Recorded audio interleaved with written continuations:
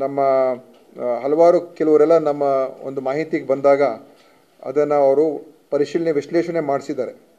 ಏನು ಅಂತ ಹೇಳಿದ್ರೆ ಈ ಟ್ಯಾಟೂಗಳನ್ನು ಏನು ಹಾಕ್ತಾ ಇದ್ದಾರೆ ಅದರಲ್ಲಿ ಸುಮಾರು 22 ಹೆವಿ ಮೆಟಲ್ಗಳನ್ನು ಉಪಯೋಗ ಮಾಡ್ತಾರೆ ಅಂತ ನಮ್ಮ ಒಂದು ವಿಶ್ಲೇಷಣೆ ಕಂಡು ಬಂದಿದೆ.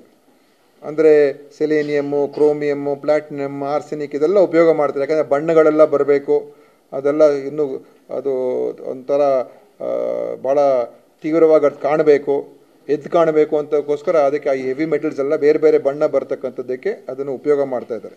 ಸೊ ಅದರ ಬಗ್ಗೆ ಏನಾಗಿದೆ ಅಂತ ಹೇಳಿದ್ರೆ ನಮ್ಮ ಗಮನಕ್ಕೆ ಏನು ಬಂದಿದೆ, ಇದರಲ್ಲಿ ಯಾವುದೇ ರೀತಿಯ ಕಾನೂನು ಅಡಿಯಲ್ಲಿ ಇಲ್ಲ. ಇದು ನಮ್ಮ ಬ್ಯೂರೋ ಆಫ್ ಇಂಡಿಯನ್ ಸ್ಟ್ಯಾಂಡರ್ಡ್ಸಲ್ಲಿ ಇದರ ಬಗ್ಗೆ ಯಾವುದೇ ಅಧಿನಿಯಮಗಳಿಲ್ಲ, ಇದಕ್ಕೆ ಏನು ಸ್ಟ್ಯಾಂಡರ್ಡ್ಸ್ ಇಲ್ಲ, ಇದನ್ನು ಹೇಗೆ ನಿಯಂತ್ರಣ ಮಾಡಬೇಕು ಅಂತಲೂ ಕೂಡ ಇಲ್ಲ.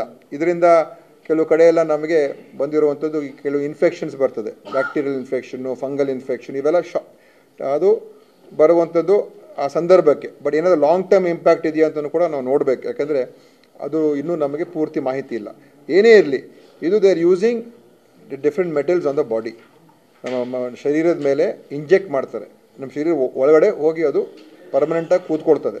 ಸೊ ಅದಕ್ಕೋಸ್ಕರ ಇದರ ಬಗ್ಗೆ ನಮ್ಮ ಕೇಂದ್ರದ ಡ್ರಗ್ ಕಂಟ್ರೋಲ್ ಜನರಲ್ಗೆ ನಾವು ಒಂದು ಪತ್ರ ವ್ಯವಹಾರವನ್ನು ಕೂಡ ಮಾಡೋದಕ್ಕೆ ನಾನು ಹೇಳಿದ್ದೀನಿ. ನಮ್ಮ ಆಯುಕ್ತರು ಇದರ ಬಗ್ಗೆ ಈಗಾಗಲೇ ಅದನ್ನು ಮಾಡೋದಕ್ಕೆ ಎಲ್ಲ ತಯಾರು ಮಾಡ್ತಾ ಇದ್ದಾರೆ. ಬಹುಶಃ 1-2 ದಿವಸದಲ್ಲಿ ಅವರಿಗೆ ಬರೀತಾರೆ. ಅಂದರೆ ಏನಂತ ಹೇಳಿದ್ರೆ ಇದಕ್ಕೆ ಮಾನದಂಡವನ್ನು ರೂಪಿಸಬೇಕು ಮತ್ತು ಇದರ ಬಗ್ಗೆ ನಮಗೆ ಗೈಡ್ಲೈನ್ಸ್ ಬೇಕು.